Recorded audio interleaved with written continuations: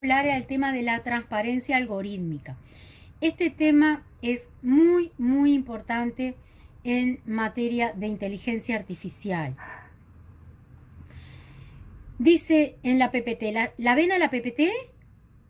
Sí, perfecto. La transparencia de datos y de algoritmos implica la capacidad de saber qué datos se utilizan, cómo se utilizan, quiénes los utilizan, para qué los utilizan y cómo se llega a partir de los datos a tomar las decisiones que afectan a la vida vital de quien reclama esta transparencia. ¿Qué significa esto? Que cuando yo educo un sistema de inteligencia artificial, yo puedo tener la transparencia en cuanto a ese software de inteligencia artificial. Pero no es suficiente. ¿Por qué? Porque es necesario saber todos estos qué, cómo, quiénes, para qué. Educo ese programa, porque depende de los datos que yo vaya introduciendo en ese software, es cómo siente solo la transparencia en cuanto al software, a que sea un software abierto, sino que implica cómo yo educo a ese software, ¿m? Para que ese software, mañana, si ese software tiene sesgos, o sea, si discrimina, si me da resultados que no son los esperados, yo puedo saber cómo se llegó a esa decisión. Y eso es lo más importante en materia de inteligencia artificial.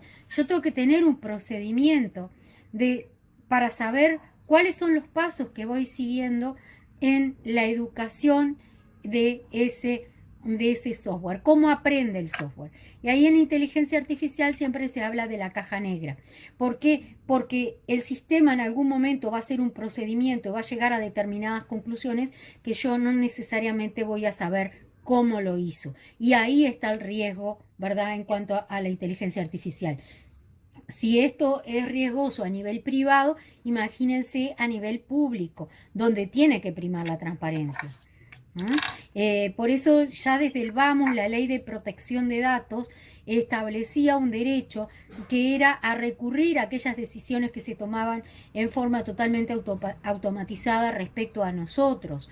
¿Por qué? Y bueno, porque tenemos que saber en base a qué esa decisión fue tomada. Y el punto final dice, se argumenta que la transparencia también tiene que incluir no solo el acceso a los datos, sino al código de los algoritmos que los tratan. Pero como les digo, es más fácil acceder al código, al código del programa, es mucho más fácil saber cuáles son los criterios de aprendizaje que después toda la información. Hay casos en Estados Unidos de sistemas que se han tenido que dejar de usar porque debido a la información que se le ingresó, bueno, las decisiones que tomaban estaban totalmente sesgadas. Entonces, con eso hay que ser muy cuidadosos, sobre todo teniendo en cuenta lo que hablábamos la clase pasada, en el día de ayer, sobre los neuroderechos. ¿Alguna duda, alguna pregunta de todo lo que hemos visto en la mañana de hoy?